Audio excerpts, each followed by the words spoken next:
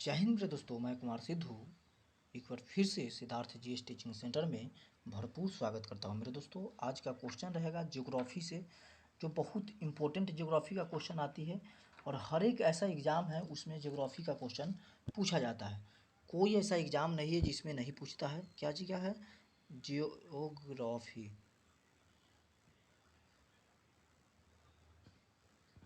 Geography का question है, बहुत इम्पोर्टेंट आती है क्वेश्चन। और हम रेलवे ग्रुप डी को लेकर के फोकस लेकर के अभी चल रहा हूँ। रेलवे ग्रुप डी है।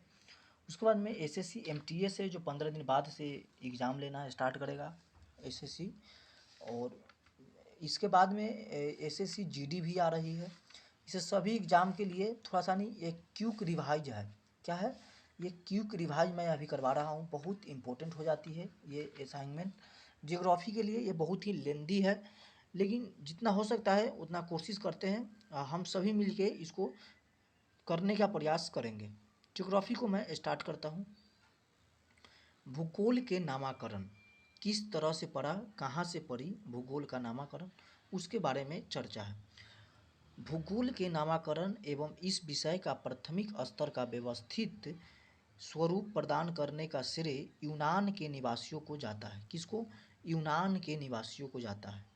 हिकेटियस ने अपनी पुस्तक जेएस, जिसे कि जस पीरियडस अर्थात पृथ्वी का वर्णन का सर्वप्रथम भौगोलिक तत्वों का क्रमबद्ध समावेश किया है। किसने? हिकेटियस ने। किसने? हिकेटियस ने। सबसे पहले यूनानियों ने यहाँ पे चर्चा की थी ज्योग्राफी की बारे में। इससे आगे क्या है? अध्ययन के लिए स्वतंत्र विषय के रूप में भूगोल के 19वीं शताब्दी में ही मान्यता मिली थी, या मान्यता मिल गई थी 19वीं शताब्दी में भूगोल के रूप में। 20वीं शताब्दी के आरंभ में भूगोल मनुष्य और पर्यावरण के पारंपरिक संबंधों का अध्ययन के रूप में विकसित हुआ। इसकी दो विचारधाराएं थी। भूगोल की दो विचारधाराएं थी। कौन कौन इसको विचारधारा थी? दो। इसमें से पहले देखता हूँ इसका पिता कौन कौन था। भूगोल का जनक हिकेटियस को कहा जाता है। किसको कहा जाता है? हिकेटियस को कहा जाता है।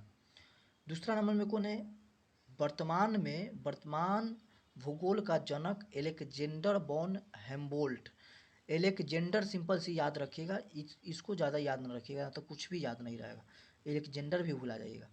भूगोल का पिता वर्तमान में एलेक्जेंडर को कहा जाता है। व्यवस्थित भूगोल का जनक इरेस्टोस्थीनीज को कहा जाता है। इरेस्टोस्थीनीज को कही जाती है, जो व्यवस्थित भूगोल जो बताई है, व्यवस्थित भूगोल ढांचा के रूप में इसका जनक इरेस्टोस्थीनीज को कही जाती है। जियोग्राफिका शब्द का प्रथम प्रस्तावक जो थे, जो कौन थे? तो इरेस्टोस्थीनीज। कौन थे? इरेस्टोस्थीनीज। इसके बाद में भौतिक भूगोल का जनक पोलिडोनियम। भौतिक भूगोल का जनक पोलिडोनियम।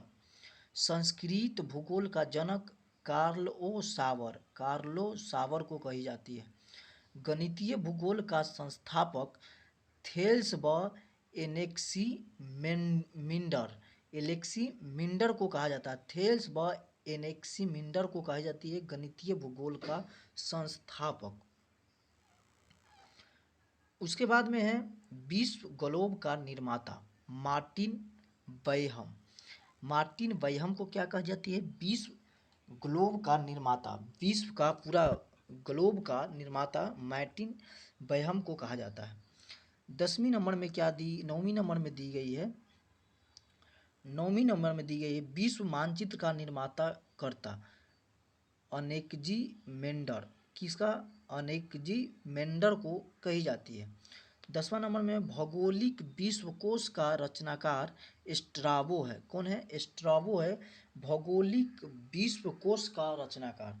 पूरा विश्व का भौगोलिक रूप से पूरा विश्व का रचनाकार कौन है? तो स्ट्राबो है। इसके आगे देखता हूँ क्या है। संभववाद क्या होती है? संभववाद इसके अनुसार मनुष्य अपने पर्यावरण में परिवर्तन करने में समर्थन है तथा वह प्राकृतिक प्रदत्त अनेक संभावनाओं को अपनी इच्छा के अनुसार प्रयोग कर सकता है। इस विचारधारा के सर्वप्रथम भूगोलवेत्ता में बाइडल, डीला, बलास और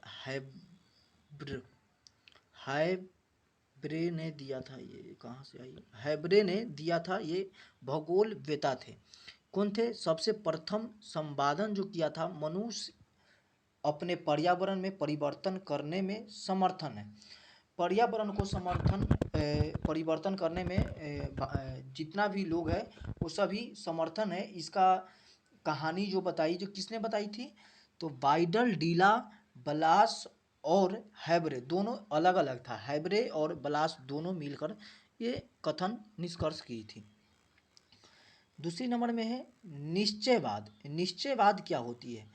निश्चयवाद जो होती है, 1 सेकेंड, निश्चयवाद, इसके अनुसार मनुष्य के सारे काम पर्यावरण द्वारा निर्धारित होते हैं, अतः मनुष्य को स्वेच्छापूर्वक कुछ करने की स्वतंत्रता कम है। क्या है? कुछ भी करने का स्वतंत्रता कम है। इस विचारधारा के प्रमुख समर्थक है भूगोलवेत्ताएं, जिसे कि हम कहते हैं रीटर रैटजेल। क्या चीज़? रीटर रैटजेल बोलते हैं, जो नवीन निश्चयवाद का संस्थापक है।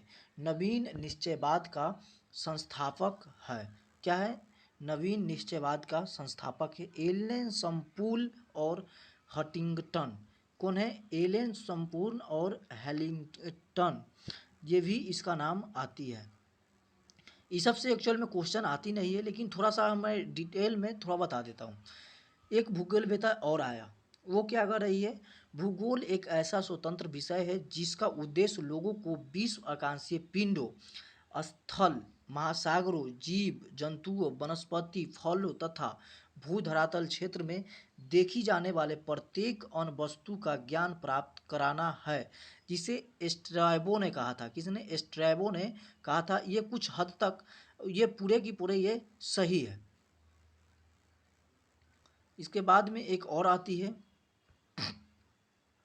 भूगोल पृथ्वी की झलक को स्वर्ग में देखने वाला अभामीय विज्ञान है। क्या है? अभामीय विज्ञान है, जो कैलेडियन टोलमी के द्वारा कही गई है। किसके द्वारा? कैलेडियम टोलमी के द्वारा कहा गया है। तीसरी नंबर में भूगोल वह विज्ञान है जिसमें पृथ्वी की स्वतंत्र ग्रह के रूप में मान्यता देते हुए उसके समस्त लक्षणों, घटनाओं एवं उसके अंत संबंध का अध्ययन किया जाता है, जिसे कार्ल रीटर के द्वारा ये कही गई थी। चौथी नंबर में है भूगोल में पृथ्वी के उस भाग का अध्ययन किया जाता है जो मानव के रहने का स्थान है। ये किसने कहा था? तो ऑर्थर होम ने कहा था। ये एक मोटा मोटी आप जानकारी रख लीजिए, कोई ज़्यादा डिटेल में ये पढ़नी नहीं है। यहाँ से कुछ विशेष करके मैं यहाँ से कुछ थ्योरिया बता रहा हूँ, विशेष करके है। इस थ्योरिया से हमें बहुत सारे क्वेश्चन का कॉन्सेप्ट मिलती है। ये ब्रह्मांड की चर्चा है। अस्तित्वमान द्रव एवं ऊर्जा का सम्मिलित रूप को ब्रह्मांड कहते हैं। ब्रह्मांड किसे कहते हैं? अस्तित्वमान द्रव और ऊर्जा के सम्मिलित रूप में जितना भी हमारे पृथ्वी के ऊपर है उस सभी को हम क्या कहते हैं? ब्रह्मांड कहते हैं। दूसरे शब्दों में सूक्ष्मतम अणुओं से लेकर के महाकाय, जिसे कि आकाश गंगाओं, जिसे गैलेक्सीमा तक के सम्मिलित स्वरूप को ब्रह्मांड कहते हैं। जितना भी कण है ऊपर में, छोटा से लेकर के बड़ा तक, वो सभी को मैं क्या कहते हैं? तो एक ब्रह्मांड कहते हैं। ब्रह्मांड की उत्पत्ति से संबंधित प्रमुख सिद्धांत निम्न है, जिसमें कि इस सिद्धांत में दी गई है 3 सिद्धांत फेमस चलती है। इसमें से महाविस्फोट सिद्धांत ही चल रही है, मेन मानी जा गई है महाविस्फोट सिद्धांत, जिसे बिग बैंग थ्योरी कहते हैं। जेब जॉन लेमन तेरे ने दिया था। जेब जॉन के छोड़ के लेमन तेरे रहता है, ऑप्शन नंबर डी में रहता है। डायरेक्ट क्लिक कीजिए ऑप्शन नंबर डी, अगर ऐसा क्वेश्चन आती है तो बिग बैंग सिद्धांत के बारे में लेमन तेरे ने। सामान्यावस्था और सतत सृष्टि सिद्धांत या स्थिर अवस्था संकल्पना जो है, जो स्टडी स्टेट थ्योरी, ये थॉमस गोल्ड और हॉर्मन बॉडी के द्वारा दिया गया था। किसके? थॉमस गोल्ड एवं हॉर्मन बॉडी के द्वारा ये सिद्धांत दी गई थी। दोलन सिद्धांत क्या होती है? दोलन सिद्धांत होती है जो डॉक्टर एलन संडेजा के द्वारा दी गई थी, दोलन सिद्धांत। उसके बाद में स्फीरिति सिद्धांत, जिसे कि एलेन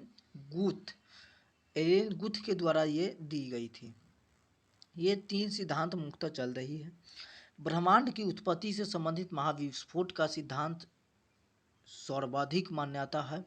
इसका प्रतिपादन बेल्जियम के खगोलज्ञाता एवं पादरी जेब जॉर लेमनतेरे ने किया था। बाद में रॉबर्ट बेगुनर ने इस सिद्धांत का व्याख्या किया। किसने?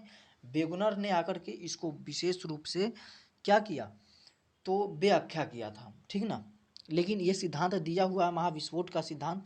इसका सिद्धांत का मतलब ये हुई जो एक छोटी सी कण थी जो टकराला के बाद एक पूरी तरह से टूट गई, उसी को से तारा का निर्माण हुआ, स्टार जिसे बोलते हैं, स्टार। इसी से ब्रह्मांड का निर्माण हुआ। ये सब इसका है थ्योरी है, ठीक ना। महाविस्फोट का सिद्धांत का पहला नंबर कर्तव्य क्या बोल रही है? आरंभ में वे सभी पदार्थ जिसमें ब्रह्मांड बना है अति छोटे गोलक एकाकी परमाणु के रूप में एक ही स्थान पर स्थित था, जिसका आयतन अत्यधिक सूक्ष्म एवं तापमान तथा घनत्व अनंत था। इसका कहने का मतलब ये हुआ जो तापमान, मतलब जो तापमान था और घनत्व दोनों अनंत थी। क्या थी? अनंत थी। और जब किसी भी को तापमान और घनत्व दोनों अनंत रहेगी और तापमान के कारण वो एक मतलब चिपकेगी, तो चिपकेगी कुछ हद तक ही चिपकेगी ना। और जब वो पूरी तरह से, जैसे मैं यहाँ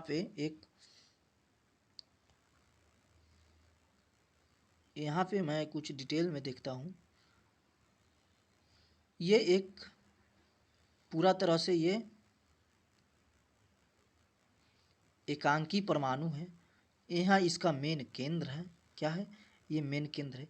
और जब ये धीरे धीरे और कहीं ना कहीं छोटा होगी और छोटा होगी, तो कहीं ना कहीं ये भ्राष्ट करेगी। क्या होगी? भ्राष्ट करेगी। जब ये भ्राष्ट करेगी तो ये टूटेगी। जब टूटेगी तो ये सब जितना भी कण है जो कहीं ना कहीं जाके ये टकराएगी, रहेगी। तो इसी से तारा का निर्माण हुआ, इसी से ब्रह्मांड का निर्माण हुआ। इसका कहने का तात्पर्य ये हुई, ठीक ना। इसमें नो डाउट होनी चाहिए। और आगे मैं बढ़ता हूँ। दूसरी नंबर में अत्यधिक संकेंद्रण के कारण बिंदुओं की आकस्मिक विस्फोट हुआ। जैसे एक बिंदु पर आकर के अभी जस्ट बताए विस्फोट हुआ, जिसे महाविस्फोट, ब्रह्मांडीय विस्फोट जिसे बिग बैंग कहा गया है। इसका अचानक विस्फोट से पदार्थ का बिखराव हुआ, जिससे कि सामान्य पदार्थ निर्मित हुआ। इसके अलगाव के कारण काले पदार्थ बने, जिसके समूह से अनेक ब्रह्मांडीय पिंडों का सृजन हुआ। सिंपल सी जस्ट मैं अभी बताएं, ये एक कण हुई, ये कण गई, जब ये विस्फोट होके नीचे आकर जब टूटी, तो टूटला के बाद में ये विस्फोट हो गई। विस्फोट हुई तो कहीं ना कहीं तो काला काला धब्बा रहेगी। तो इसीलिए चांद में भी कहीं ना कहीं काला की धब्बा आती है, देखते होंगे आप लोग। उसको मैं डिटेल में अलग से पढ़ूंगा, ठीक ना। ये सृजन हुई, सिंपल सी बिखराव होना, जब एक साथ जुटा तो जुटला के बाद में ये टूटा। जैसे रबर को देखते हैं, जब रबर को हम देखते हैं तो रबर को जब मारते हैं तो मारला के बाद में ये कहीं ना कहीं वो स्पीड में जाती आती है, लेकिन वो कुछ समय के लिए अस्थिर भी हो जाती है। उसी तरीका से यहाँ पे कार्य की थी, ठीक ना। अनंत एक सिंपल सी ये है, एक लड्डू थी। क्या थी? एक लड्डू थी। ये लड्डू एक घनत्व के कारण बहुत ज़्यादा चिपका, आपस में पृष्ठीय तनाव के कारण मान लिया जाए ये चिपक गई। ये चिपकला के बाद में कहीं ना कहीं तो बहुत ज़्यादा चिपका होगा, उस पर लोड बहुत ज़्यादा पड़ा होगा। जब लोड बहुत ज़्यादा पड़ा होगा तो एक बार एक वो विस्फोट किया होगा। तो जब लड्डू विस्फोट करेगी तो उसका कण आकर के कहीं ना कहीं तो टकराएगी, कहीं ना कहीं तो रहेगी। जब यही रहेगी, इससे ही बोलता है जो ये ब्रह्मांड का ये निर्माण हुई, और चांद तारा ये सब जो है जो इसी से बनी। ठीक ठीक ना। कहने का तात्पर्य यह है, वैज्ञानिक का विश्वास है कि महाविस्फोट जिसे बिग बैंग की घटना आज से लगभग 13.7 अरब लिखा हुआ है, ये ध्यान रखिएगा, अरब वर्ष पहले हुई थी। लेकिन कुछ कुछ बुक में अजब मतलब अजब गरीब तरह की बात कर रही है। कुछ कुछ बुक में 14.5 भी दिया हुआ है। कितना? 14.5 भी दिया हुआ है, इससे आप घबराइएगा नहीं। 13.7 भी दिया हुआ है। दोनों में से कोई ऑप्शन एक ही रहेगी, कोई पर एक पर क्लिक कर दीजिएगा अगर ऐसा क्वेश्चन आता है तो। लगभग 10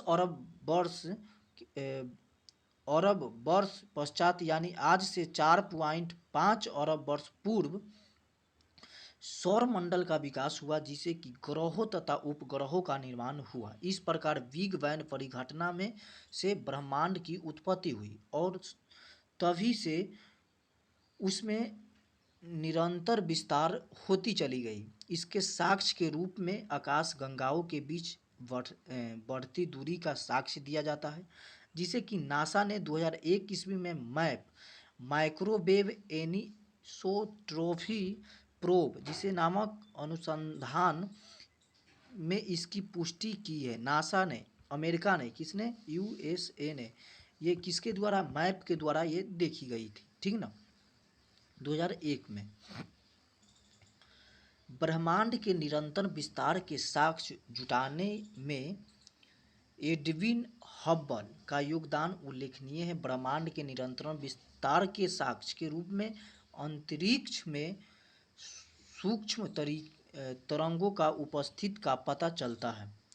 अंतरिक्ष में रेडिशिफ्ट, क्या चीज? रेडिशिफ्ट परिघटना का अवलोकन तथा आधुनिक अध्ययनों में सुपरनोवा का अंतरिक्ष में विस्फोट होना भी ब्रह्मांड के विस्तार के साक्ष्य के रूप में माना जाता है। ये एक ब्रह्मांड के विस्तार के रूप में सुपरनोवा को भी मानी जाती है। क्या चीज? सुपरनोवा को भी मानी जाती है। नासा द्वारा जून 2001 ईस्वी के डेविड विल्किंसन के नेतृत्व में बिग बैंग की पुष्टि हेतु मैप परियोजना के द्वारा शुभारंभ किया गया। मैप एक खोजी उपग्रह है जिससे कि प्राप्त चित्रों से बिना बैंग मतलब बिग बैंग की पुष्टि होती है। 11 फरवरी 2013 ईस्वी को इस आधार पर नासा ने ब्रह्मांड की आयु 13.7 अरब वर्ष निर्धारित की घोषणा किया है। डेविड विल्किंसन के सिद्धांत जो सितंबर 2002 ईस्वी के निधन के पश्चात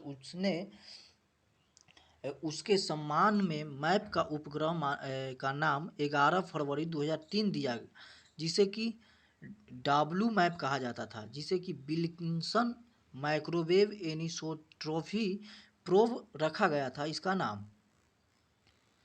ब्रह्मांड के रहस्यों को जानने के लिए 30 मार्च 2010 को European centre for nuclear research, जिसे हम CERN क्या होती है? Centre uranium centre for nuclear research कहा जाता है, ने जिनेवा में पृथ्वी का सतह, क्या चीज का? पृथ्वी का सतह से 50 से 175 मीटर नीचे, जिसमें से 27.36 किलोमीटर लंबे सुरंग में लार्ज हैंड्रन कोलाइजर, जिसे कि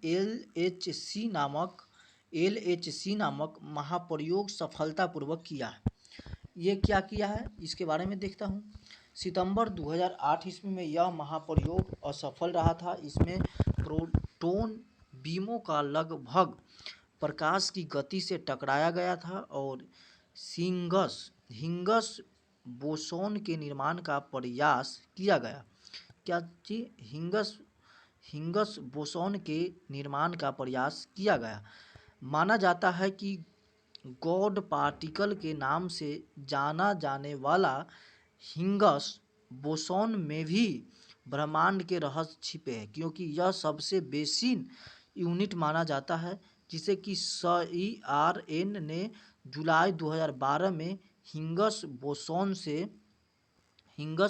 से मिलता जुलता सब एटॉमिक पार्टिकल की खोज करने में सफलता हासिल की है। इसे ब्रह्मांड के रहस्यों को जानने के विषय में महत्वपूर्ण उपलब्धि माना जाता है। ठीक ना। ब्रिटिश वैज्ञानिक हिग्स ने 1964 में कॉस्मोलॉजी समझने हेतु गॉड पार्टिकल परमाणविक अवधारणा को पेश किया था, जो भारतीय वैज्ञानिक सत्येंद्र नाथ बोस के बोसन थ्योरी पर आधारित था। किसके थ्योरी पर? ये सत्येंद्र नाथ बोस के थ्योरी पर ये आधारित था, जिसे कि बोसन थ्योरी कहा जाता है। ब्रह्मांड का व्यास 10⁸ प्रकाश वर्ष है। ब्रह्मांड में अनुमानतः 100 अरब मंदाकिनी, जिसे कि गैलेक्सी भी कहा जाता है। प्रत्येक मंदाकिनी में अनुमानतः 100 अरब तारे होती है। ये ध्यान से आप लोग थोड़ा सा यहाँ देखिएगा, मंदाकिनी अलग होती है। 100 अरब मंदाकिनी है, ठीक ना। 100 अरब मंदाकिनी है। प्रत्येक मंदाकिनी में तारे की संख्या 100 अरब होती है। 100 अरब से भी ज़्यादा है क्या चीज? मंदाकिनी। और एक मंदाकिनी में कितनी तारे होती है? 100 अरब से भी ज़्यादा होती है, ठीक ना। और मंदाकिनी के बाद क्या है? मंदाकिनी तारों का ऐसा समूह जो धुंधला सा दिखाई पड़ता है तथा जो तारा निर्माण प्रक्रिया की शुरुआत का गैस पुंज है। मंदाकिनी, जिसे गैलेक्सी कहा जाता है, पृथ्वी की अपनी एक मंदाकिनी है, जिसे कि दूध मेखला का आकाश गंगा, जिसे मिल्की वे कहते हैं। पृथ्वी का भी एक आकाश गंगा है, जिसे कि मिल्की वे कहा जाता है, उसे दूध मेखला भी कहा जाता है। अब तक ज्ञात इस मंदाकिनी का 80% भाग सर्पिला, जिसे कि है। इस मंदाकिनी को सबसे पहले गैलीलियो ने देखा था। किसने देखा था? इस मंदाकिनी को सबसे पहले गैलीलियो ने। ये वनडे एग्जाम में पूछा हुआ क्वेश्चन है।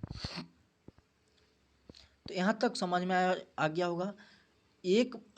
कम से कम जो है ब्रह्मांड में 100 मंदाकिनी है, एक मंदाकिनी में कम से कम 100 अरब तारे होती है, ठीक ना। दूध मेखला और आकाश गंगा कहते हैं किसको? एक मंदाकिनी है जो पृथ्वी की अपनी एक मंदाकिनी है, उसे दूध मेखला भी या आकाश गंगा कहा जाता है। आकाश गंगा की सबसे नजदीकी मंदाकिनी को देवयानी या नामक दिया गया है। क्या चीज? देवयानी नाम दिया गया है। नवीनतम ज्ञात मंदाकिनी, जिसे गैलेक्सी कहते हैं, इसको जो है जो डवार्फ मंदाकिनी के द्वारा दिया गया है। ओरियन नेबुला भी है। हमारी आकाशगंगा के सबसे शीतल और चमकीले तारे का समूह है। तारे के बारे में विस्तृत जानकारी के लिए भौतिक का अध्ययन ब्रह्मांड देखेंगे। ब्रह्मांड जब पढ़ेंगे उसमें इसका चर्चा होगा, सिंपल सी बात है। लेकिन तारे जो होती है, जो यहाँ से इसका चमकीला और शीतलन आकाशगंगा को ये नेबुला बोला जाता है। क्या चीज? नेबुला बोली जाती है। सौर मंडल क्या होता है? सूर्य के चारों ओर चक्कर लगाने वाले विभिन्न ग्रह, क्षुद्र ग्रह, धूमकेतुओं, उल्काओं तथा अन्य आकाशीय पिंडों के समूह को सौर मंडल कहते हैं। सोलर सिस्टम इसे कहते हैं। इसमें नो डाउट होनी चाहिए, सोलर सिस्टम किसे कहते हैं? जिसमें सौर मंडल में सूर्य का प्रभुत्व है। क्या चीज है? क्योंकि सौर मंडल निकाय के द्रव का लगभग 99.999 द्रव सूर्य में ही निहित है। क्या चीज है? 99 पर लगभग 100% सूर्य में ही निहित है सौर मंडल का। सौर मंडल के समस्त ऊर्जा का स्रोत भी सूर्य ही है। प्लेनेमस क्या होती है? सौरमंडल से बाहर बिल्कुल एक जैसी देखने वाली जुड़वा पिंडों का एक समूह है। क्या है? जुड़वा पिंडों का एक समूह है सौरमंडल। सूर्य क्या है? सौरमंडल का प्रधान है।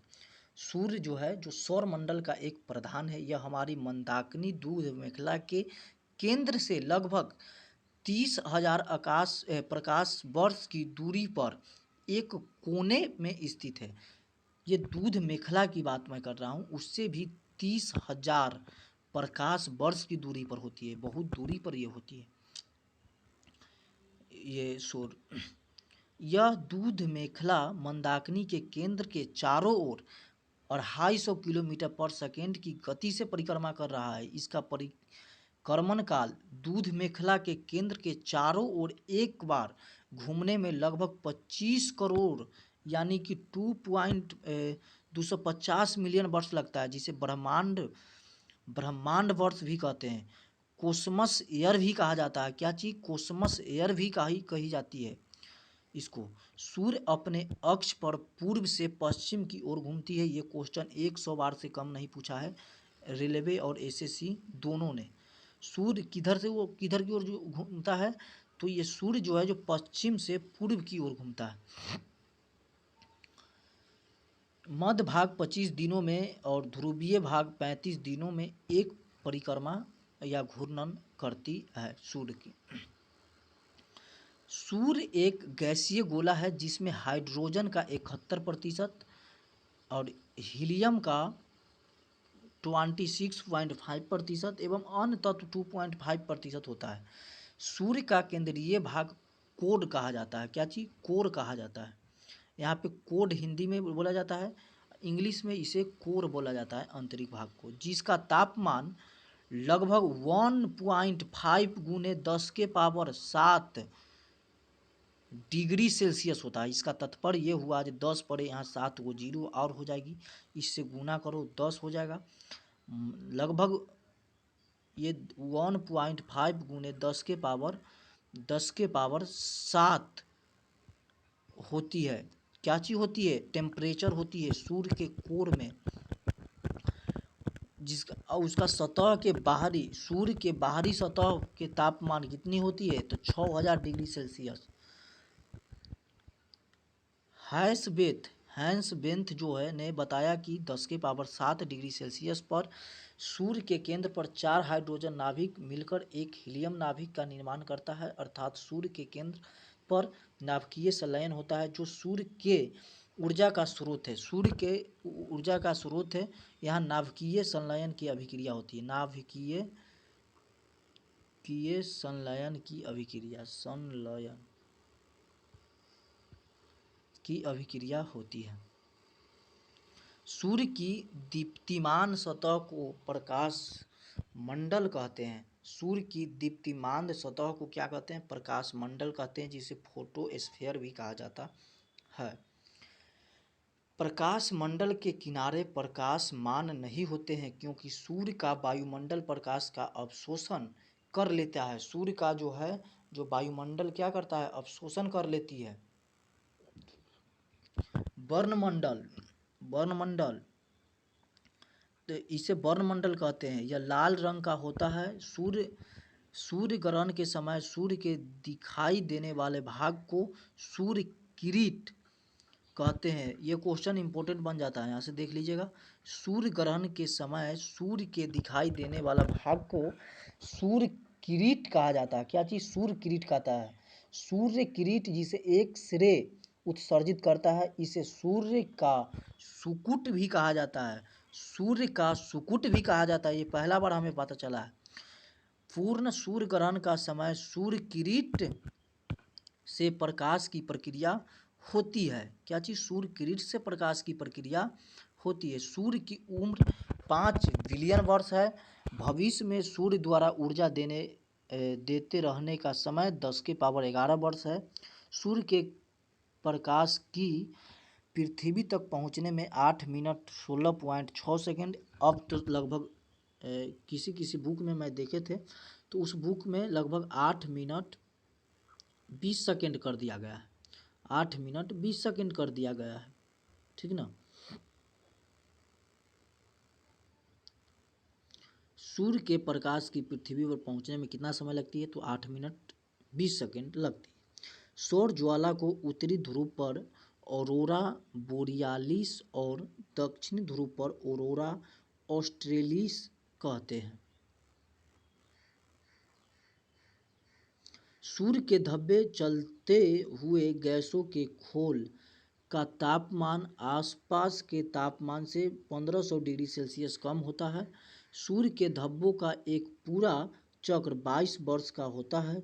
सूर्य का धब्बों का एक पूरा चक्र क्या होता है, 22 वर्ष का होता है। पहले 11 वर्षों तक यह धब्बा बढ़ता है और बाद के 21 वर्षों तक यह धब्बा घटता है। पहले यह धब्बा बढ़ जाती है, उसके बाद में 11 वर्षों तक ये घटती है। 11 वर्षों तक धब्बा बढ़ता है और 11 वर्षों के लिए घटता है। इसका एक परिक्रमण 22 वर्षों के लिए होती है। जब सूर्य की सतह पर धब्बा दिखाई पड़ता है उस समय पृथ्वी पर चुंबकीय झंझावात क्या है, मैग्नेटिक स्टॉर्म उत्पन्न होते हैं। इससे चुंबकीय सुई की दिशा बदल जाती है एवं रेडियो, टेलीविज़न, बिजली चालित मशीन आदि में गड़बड़ी उत्पन्न हो जाती है। जब एक 22 वर्ष के लिए होती है, सूर्य का धब्बा का एक पूरा चक्र जो होती है, जो सूर्य के चक्कर का 22 वर्ष की होती है।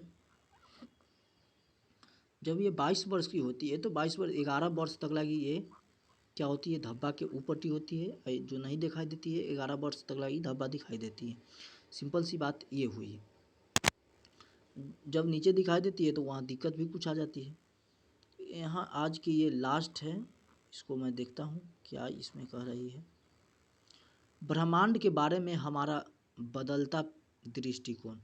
प्रारंभ में पृथ्वी को संपूर्ण ब्रह्मांड का केंद्र माना जाता था, जिसकी परिक्रमा सभी आकाशीय पिंड विभिन्न कक्षाओं, जिसे ऑर्बिट भी बोला जाता है, में कहते हैं। इसे भूकेंद्रीय सिद्धांत, जिसे जोसेंट्रिक थ्योरी भी कहा जाता था, इसका प्रतिपादन मिस्र यूनानी खगोल शास्त्री और क्लॉडियस टोलेमी ने 140 ईस्वी में किया था। इसके बाद में पोलैंड के खगोल शास्त्री निकोलस कोपरनिकस 1473 से 1543 ईस्वी में ने यह दर्शाया कि सूर्य ब्रह्मांड के केंद्र पर है तथा ग्रह उसकी परिक्रमा करता है। सूर्य जो है जो ब्रह्मांड के केंद्र पर है, जबकि ग्रह उसकी परिक्रमा करती है। 16वीं शताब्दी में टाइक्रोवेह के सहायता या सहायक दोनों बोल सकते हैं, जोहानेस केपलर ने 1571 से 1630 के ग्रहीय कक्षाओं का नियमों की खोज की, परंतु इनमें भी सूर्य की ब्रह्मांड का केंद्र माना। और 20वीं शताब्दी के आरंभ में जाकर हमारी मंदाकिनी, जिसे कि दूध मेखला की तस्वीर स्पष्ट हुई और सूर्य को इस मंदाकिनी के एक सिरे पर अवशिष्ट पाया है। इस प्रकार सूर्य के ब्रह्मांड के केंद्र पर होने का गौरव समाप्त हो गया है। आज के लिए ये कैसा लगा हमें ज़रूर बताइएगा, क्योंकि आज ये 3 क्लास लिया हूँ, इससे एनर्जी लेवल भी कुछ डाउन हो चुका है। हमें कुछ एनर्जी लेने चलते हैं। आज के लिए इतना ही रहता है और हमें बताइएगा ज्योग्राफी के इससे भी डिटेल में चाहिए या क्या। तब तक के लिए जय हिंद, जय भारत, जय बिहार।